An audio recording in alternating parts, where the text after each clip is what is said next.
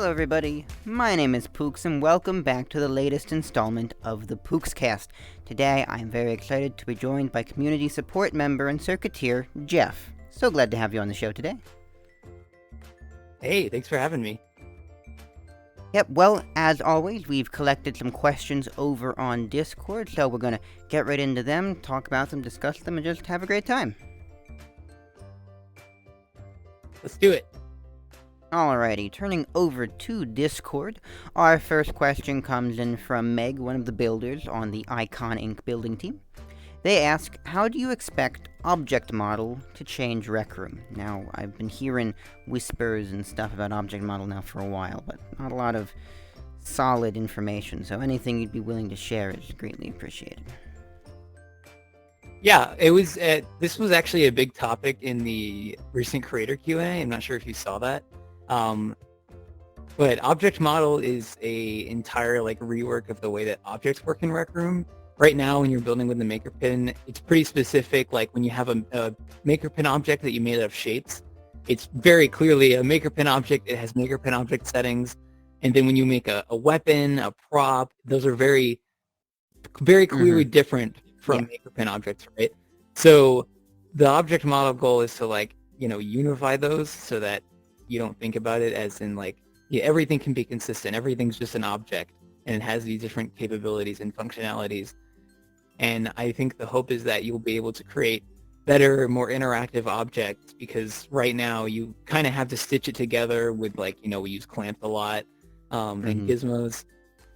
And I honestly, in my personal opinion, about you asked me how do I think Object Model is going to change building in Rec Room? I think it is going to completely change the way that everyone thinks about building in Rec Room. We are going to be looking back on right now, these days, right now, and being like, holy crap, how in the world did we build that way? Because that was ridiculous. It's seriously, it's like UGC in Rec Room is just getting started with this Object Model, and it's not even here yet.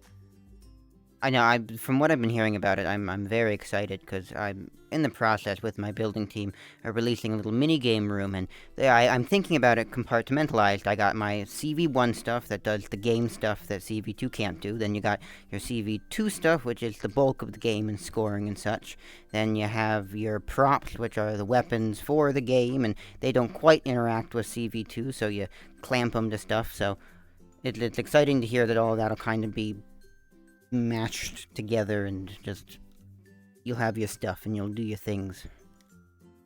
Yeah, and another big part of Object Model is building in hierarchies. So objects, we kind of simulate that now with clamps. We'll have you connect the base of the clamp to something that you want to be the parent, the top, the parent most and highest level partner.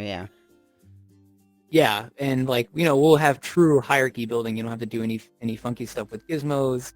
You can play with the objects as much as you want. Well, yeah, so I'm looking forward to that from a building standpoint. I don't do much building, I'm much more on the circuit side, but I'm sure that all the builders out there will be ecstatic. Now, will Object Model affect circuiteering as well? Is that kind of separate, or is that all rolled in as well? It will affect everybody. It will affect builders, it will affect circuiteers. I actually did want to touch on something about building that I think is really cool. That Object Model will end up doing for us, hopefully, is right now we live in a world where we have to smash everything together into one object. And that is super, super inefficient, because whenever we make, for example, in here, this room, right, we have a bunch of different objects in here. We have this table, we have this backdrop, but I don't know this, but I guarantee you're going to tell me that these are all merged together, right? They're all one object. But in an Object Model world, hopefully we can have, maybe this whole building will be one object, but inside of that object you'll have the table, so you can easily move the table. The table is clearly separate. You can easily move the backdrop. That is clearly separate. So organization over slamming these together into one object just so that you can get that little bit of ink back, or a significant amount of ink back most of the time. Oh yeah, merging, very important. That's one of the things that's bothered me for a really long time about building in Rec Room, is that you can't build things logically. You have to build things so that they all go together into one object. Yeah. So then, I'm guessing Object Model will help with room ink size capacity as well, with having the whole larger objects and models and stuff instead of having separate pieces? Will that help ink and rendering and such as well? I think object model won't do anything to Inkspace directly. Okay. I think it will set us up for living in a smarter world where we have smarter Okay. ink. Okay. And this is all just personally speaking because Of course, and in yeah. the creator Q&A they did mention like, you know, we're probably not going to have ink in the future. We're probably going to have different measures of like, you know, Yeah. performance for like I forget what the examples were used, like memory, you know, rendering, and you know, right now we do already have heat and net. Yeah. And those are being worked on extensively to increase how much of that we have in rooms. And yeah, so I think object model like is a huge foundation that will really get us to like being able to quote unquote get more ink. It'll set us up really good for that. Well, I'm very excited about that. If you want to hop over to the Rec Room YouTube channel, I'm sure there's a recording of the Q&A. You can probably learn more about Object Model over there. And if I can find the link, it'll be in the description. Don't quote me on that. But maybe it's there. Anyways, I will. Oh, what? Not moving on. Sorry, I will circle back to the question that you actually asked me, which was how would object model affect circuits? And I think I'm basing this off the creator Q&A because that's all I really know, and that I don't think we'll see this immediately as part of object model, but object model will be important for circuits as well. I think we will also see a different future for how circuiteers do circuits, and that will be a part of object model. So what we'll be able to do is so object model will give us hierarchies, right? It'll give us hierarchies of different objects, but with that, what we will eventually live in a world of, I don't know when that will be. I don't think it'll be at the beginning of object model, but we will eventually live in the world. You've seen the object boards, right? That the gadgets have. Yeah. The idea is that every object can have that. Every object can have an object board. If you edit inside, it will have its own events. Like maybe you can get like a pickup event or a release event for general objects, and then more specific objects like the trigger handle can give you the trigger pull. And so one thing that you'll get with object hierarchies is that the circuits will also be layered. Where actually soon, like right now we have circuit boards, and you can you know put circuits inside of those, but you can't yet put a circuit board inside of a circuit board. That is coming soon, and it'll seem similar, I think. Okay. So like for example, if I make a flashlight in object model world where we have the circuits integration with object model, I can have my object board for my flashlight that works to make the flashlight work. Like let's say I pull the trigger and you know it toggles the flashlight. So in that object, this is like basically how I imagine how object model circuits will work, is that you edit inside that flashlight board, make your flashlight circuits, and you can access the light that you have attached to that flashlight, you know, that light gadget, directly from inside of that object board, so that you don't have two object boards floating around, but it's just like it's inside of there because it's inside of that object. That'll be great for organization. Yeah. I think we'll see, and I think we're limited right now, especially because of the chip limit. Hopefully that goes up, but I think we'll see that you'll actually end up wanting to put your circuits inside of boards rather than outside. I'm really hoping that becomes a more favorable option, because that makes things look neater, and that really helps with organization as well. Yeah. Well, all very exciting stuff. Great. Okay, moving on for real this time. Alrighty, our next question comes in from Brandon, another builder over on the Icon Inc. building team. They ask, is there anything you were expecting to be done with CV2 that really hasn't been done with CV2? Like, we were expecting these features to come out and creators to do this or that, but they didn't really do that. They went a different direction. Yeah, I have an outdated answer to this question. So when the velocity chips came out, this was a while ago. I saw a lot of people making really cool stuff, like even when the trigger handle come out, even a simple thing like you pull the trigger and it launches you forward or something. Like people making wings and stuff. I I was really, really hoping to see someone make like a, like a parkour map that like utilize the stuff that Circus V2, because while we don't have combat stuff in Circus V2, I really felt like Circus V2 could really shine to like add some pizzazz to like a parkour map to like Mm-hmm. give you different mechanics and abilities in those. So I was really surprised that no one took advantage of that, and I was hoping to see that. Hmm. Yeah, I haven't messed around too much with parkour myself, but when I think of parkour, I don't necessarily think of too many circuits being involved, but I definitely see how they could enhance and just, yeah, add some pizzazz to a general just climb up the wall, jump on some cubes parkour. Yeah, I think it could really complement it, especially like I don't know if you've seen anyone do like grappling hooks with those, Mm-hmm. like a grappling power up where you swing like, different, like the different obstacles in a parkour could have different circuit elements attached to them. I Yeah. think it could be interesting.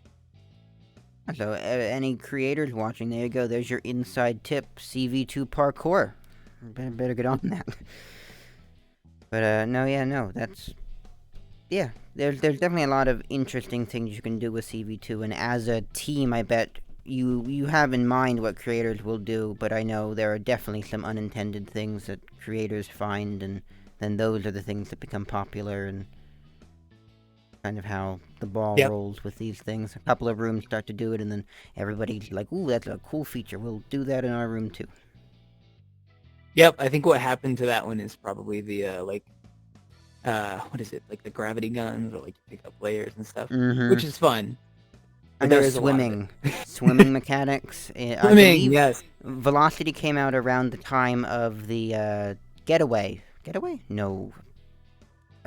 Carnival Mm-mm, contest. not get away. Carnival contest. There was a bunch of rooms that utilized swimming and flying and all different kinds of, and trampolines with the velocity chips. So they were definitely utilized during that contest. We even had a swimming mechanic in our cruise ship. It was a touch and go swimming mechanic, but it was functional for the time. Yeah, I remember one use. I can't remember if it was that contest specifically, but I really liked this use that I saw, where it was like I don't remember what the room was called, but I think it was like, you had these like wooden bridges like all over the place, the hangout map, Okay. and you could jump off of it. It was like a pit below.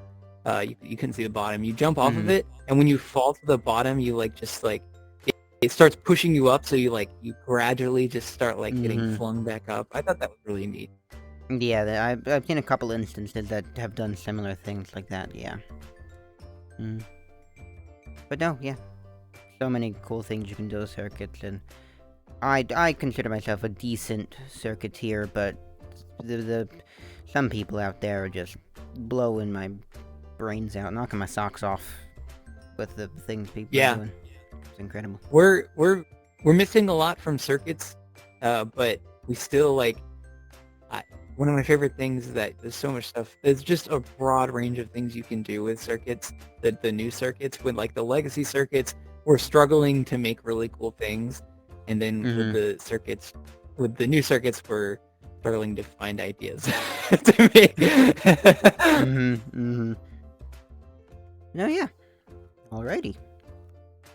And to segue into our next question, which comes from Meg again over on Discord, they ask, "What circuit system has blown your mind?" I'm extending that to CV1 and/or CV2 circuits.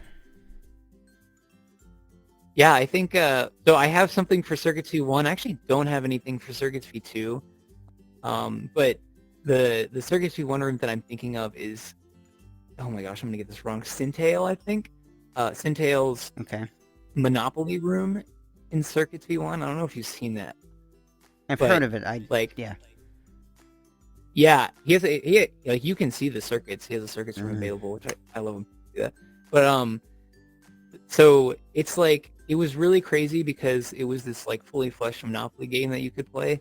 It had like a UI system, and this was all in Circuits V1. So he had to like squeeze in the ink, and like I've seen the Mm-hmm. circuits. Obviously, there's a bunch of chips like just strung together CV1 style, uh, Mm. all over the room. Gizmos moving the beacon to like say that you don't have to use more than one beacon, and to highlight UI elements, and it it was just absolute. I think what impressed me about this room the most is the patience of the person making it, because they literally like they had to do things. I forget exactly what did maybe they called it like compression or something of like the values of the the different properties that you could buy, like the different Mm-hmm. IDs for those. Like you had to make up IDs, like compress those, make these whole systems just so that Oh. this game could work and fit in the ink limit. Like that was the most thing that he was struggling with. He had to figure out weird ways to get the circuits to work just so that he could fit it in the ink limit. And Mm-hmm. when that, when he got it in the ink limit, he couldn't even make any art changes to it. The only thing that he had was like the board, and the rest of the room was empty. Like it was only the board. Ugh. Wow. But no, yeah, there are some definite CV1 rooms that blew me away, because again, I'm proficient at CV1, but some of the things people do, I can't even fathom how they get the couple of CV1 chips to do the things they do. A CV1 example I can think of, I can't remember if it was the for a contest or not, Core Wars. Uh, Again, Oh I'd never yeah. seen the circuits for it, but as a player at the time with my limited circuit knowledge, just it was a standard game mode, but with all the things going on in the game and the animations playing, and again, I don't know how difficult the circuits were, but that blew that I was like, wow, this is pretty cool, because I had no idea how any of that was done. But then thinking of a CV2 example, and not to toot my own horn, but during the folklore contest, our team released the game room Narant. It's our room. I should know how it's pronounced. Narant, which is a fully playable card game with expansion packs. And I didn't work on circuits for that. I was stuck in the hospital, unfortunately. But the Oh. Meg and Zephyr, ooh, yeah, it's Meg and Zephyr worked on that team. Their circuits were. I go back and look at the circuits, and it's done on this big blue wall in the circuits hub, and oh, it hurts. My PC even struggles to render all the circuits when you take your maker pen out. But that was just around the same time when I think set position was added, and they were doing animations with the cards using set position, stringing vectors together, and it made my brain melt. And we won the How Did They Do That award for that contest, and they deserved that, because I don't know how they did that. Yeah, that was a really cool room. I do remember that one. That's really funny that it was animated with this type of relationship. That must have been tedious. Yeah, they Oh, we didn't have the ink because we were using the CV1 samplers and certain things, so we didn't. And the cards, that's what took up all of the ink, the cards for each deck. So we needed to conserve as much ink as possible, so we couldn't spare the ink for any animation gizmos. So yeah, all of those animations where the cards move from point A to point B is all set position madness. I don't. And then the worst part was the set position was a beta chip at the time, and every possible card deck interaction with a separate subroom, and we released the room with tons of bugs. So every bug fix, they had a plan that they had to do runs. They would start on opposite ends of the subrooms, and they'd have if it was an invention, it was an invention, or they'd have a spreadsheet of what chips needed to be changed, and they'd systematically go through. I oh my props to them. We had 16 original subrooms, and every bug fix was then the 16 subrooms, and then the main room. It's a phenomenal game. Yeah, I don't know how it works. And it still works, which is surprising with all the beta chips we used, so props to the circuiteers there, because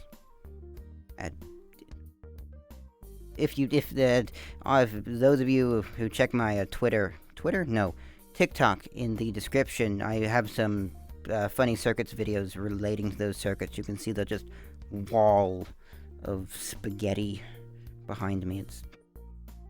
But yeah, that Yeah, blew me away. I The beta thing, oh my gosh, beta is so annoying. I think we're getting better. I think we're getting better with the beta stuff because, Mm. we recently had like stuff that wasn't sitting in beta for like a crazy long time. Just like a bunch of it just come out. Um, so I think we're getting in a better spot there. Set position and respawn. The wait for that was, Yeah, that was oh my god, that I got really good at using seats for respawns. yeah. Oh my gosh, yes. Oh. But no, like art. Catch me if I'm wrong. Doors V2, are they still currently in beta, or were they released? Yep. They're still currently in beta. They're probably Ah, I okay. don't imagine Okay. they'll be in there long though, to be honest. Oh, well, I know audio. Audio wasn't in for too long. That's now out. All of those fun 5-minute audio samplers that have saved so much ink in all of the rooms. Yes, But yeah. and a lot of a lot of time and frustration. Ugh. Oh my god. I'll tell you, I almost never did sample work for that specific reason because every time I would go into it, I was just like, I can't, this is too much. Like, I don't want to sit here just splitting up 30-second audios, trying to get them So, working seamlessly. Like, so that that is was just way too much. that was my thing. I was real good. I created a Chrome extension script that would take YouTube videos and break them up into the 30 seconds. So all I'd have to do was press a single button on my controller. So when I clicked, it played and it synced up with the UI, and that was my thing. And then I'd time it all up with the what are those chip state machines? And yeah, that was every contest room up until our most recent, they were like, we need music imported now. That was me. Sit there for Yeah. 25 minutes, just 30 seconds here, 30 seconds there. Definitely tedious. Really thankful for that 5-minute import limit. Now I'm just waiting for Yeah. the drag and drop MP3 file in. Just waiting for that. Yep. Hopefully. Not holding my breath, but I'm waiting. Yeah. Index fingers crossed. Yeah. You briefly mentioned Core Wars at the beginning. I did, yes. I don't know if you mentioned that because I worked on it. And I didn't do the game management part. I did the upgrades. That was my main focus, was doing the tokens and the the token machine where you pull the lever. Oh my gosh, can I tell you, the levers were so irritating to work with. It is so basic. It's such a simple system. It's literally, you grab it, it plays an animation to steal it out of your hand so that it goes down. What was the frustrating part was resetting it, believe it or not. Because for some reason, the resetting an animation would not work reliably, so I had to go back and set up animations for each of the levers so that they would reset. And even then, it would only sometimes work. And it was such a mess. There's definitely been a lot of issues with animations over the year or so that's been out. There's some creators who would probably chew your head off about animation gizmos. But that's Rec Room, and we just trudge on through. Yep. Ooh. But hey, we make it work. Alright, moving right along, our last question over on Discord again comes from Meg. She asks, where do you see circuits going in the future? Now that's a very broad question, so I'll leave that up to you on what you want to focus on. Yeah, so I'm really excited for the future of circuits, as I'm sure a lot of people are. It's a much more powerful system than the legacy circuits was. And it has a lot of potential to expand. It's very similar to a programming language, probably namely C#. And we're gonna there's plans for some really cool features. We're gonna get functions, and functions, if you're not familiar, is basically you can take a section of code, smash it together, and make it one nice, call this function to do something, and you can reuse that as many times as you want. You can have that on specific objects, kind of ties back into the object modeling thing I was saying earlier, where you can put, functions on an object and call it Mm-hmm. there. Uh, and I think I think we'll see a world where we can really make modular stuff. That's something that I've been like trying to focus on, like personally as a circuiteer, is trying to make modular stuff rather than just make stuff work. Because my hope one day is that I can spend more time designing the game instead of making the game, if that makes sense. Like, Mm-hmm. Yeah. because I would love to be able to, I get it's kind of the same idea of kit bashing where you have like models to work with. I Mm-hmm. hope that I have circuits to work with that I can throw together, like piece together and like, make different mechanics with it, make different games with it, and Mm-hmm. worry more about the actual mechanics of the game instead of, oh, I need a game manager, let me do this Mm-hmm. a bunch of this stuff. But it's Mm-hmm. kind of like where we are with like the game rules chip right now in legacy circuits where, it kind of just does it for you. Like I want to make my own set of that kind of stuff where it's Yeah. modular. I can place it down, I can connect it together, and it'll work. It'll work together beautifully as long as I have set it up correctly. Mm-hmm. Um, but as far as functions go, right now we're in a world where we have very limited heat. CPU heat is disgustingly low. It's if you try to use a loop, you probably failed because you ran out of heat. Yeah. Yeah. So, I've been there recently. yeah, yeah. So with functions, one prerequisite for functions, if I'm not mistaken, is being able to have more heat with a compiler that the devs are working on that will allow us to have much, much more heat than we would be able to have right now. So like my thoughts for the future of circuits is I really want to see us live in a world where we stop thinking about a little bit of heat I can save. Let me just cut that. Why, Mm-hmm. like just like Mm-hmm. stop the ridiculousness of, I can make a modular system or I can make a system that is as efficient as it can be because I need the heat. Yeah. Um, I really hope that we can live in a world where we can stop thinking about every little bit of juice that we need to squeeze out of the heat. Mm-hmm. Mm-hmm. And I think we will get there. I think we will get there. That's gonna be big, yeah, because again, up until not too long ago, I didn't know too much about the networking side of circuits. I could string some circuits together and they worked, but in terms of game design with networking, I had a bunch of events and they were firing on everybody, and I was setting text around the board, and it, everybody was just doing everything, and I was like, yeah, it's gotta work. If everybody does it, then it should work for everybody in the room. No, nothing worked. Heat CPU maxed out constantly.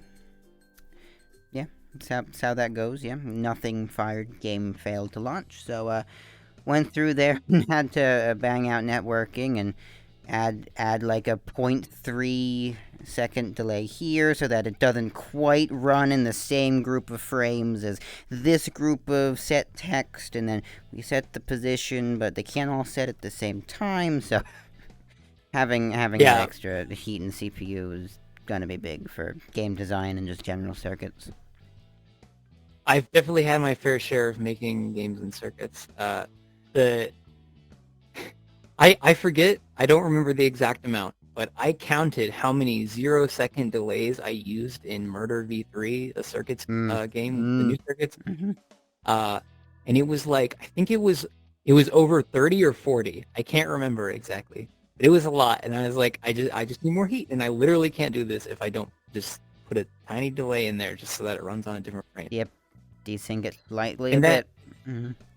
Yeah, and that even doing that got scary because I know that sacrificed some of the integrity of the systems because it's probably not going to happen. But what if what if two events came in at the same time? Like what if two players died at the exact same time? Uh, Mm-hmm. then that 0-second delay is going to make it so that you lose that first value. Yep. So it's like and then multiple systems could run at the same time, and if that happens, out of heat, I can't really do anything about it. So Mm-hmm. it's really annoying to work with. It definitely is. You probably have much more experience than I do with it, but yeah. So definitely looking forward to that. And there you have it, another episode of the Pooks Cast, all said and done. I would like to thank Jeff for being a wonderful guest host on today's episode and telling us all kinds of things about circuits and the future of Rec Room. Thank you again so much for joining me. Thank you for having me. And again, thank you for watching this episode. If you would like to ask future guest hosts questions, you can do so by joining my Discord server. The link for that is in the description below. I have a channel over there where you can ask questions. I announce about a week or so before who the guest is going to be, so you can go check that out in the description below, along with the rest of my socials and all that fun, good YouTube stuff. Well, again, I'm Pooks. This has been Jeff. Thank you so much for watching, and I will see you in the next video. Bye!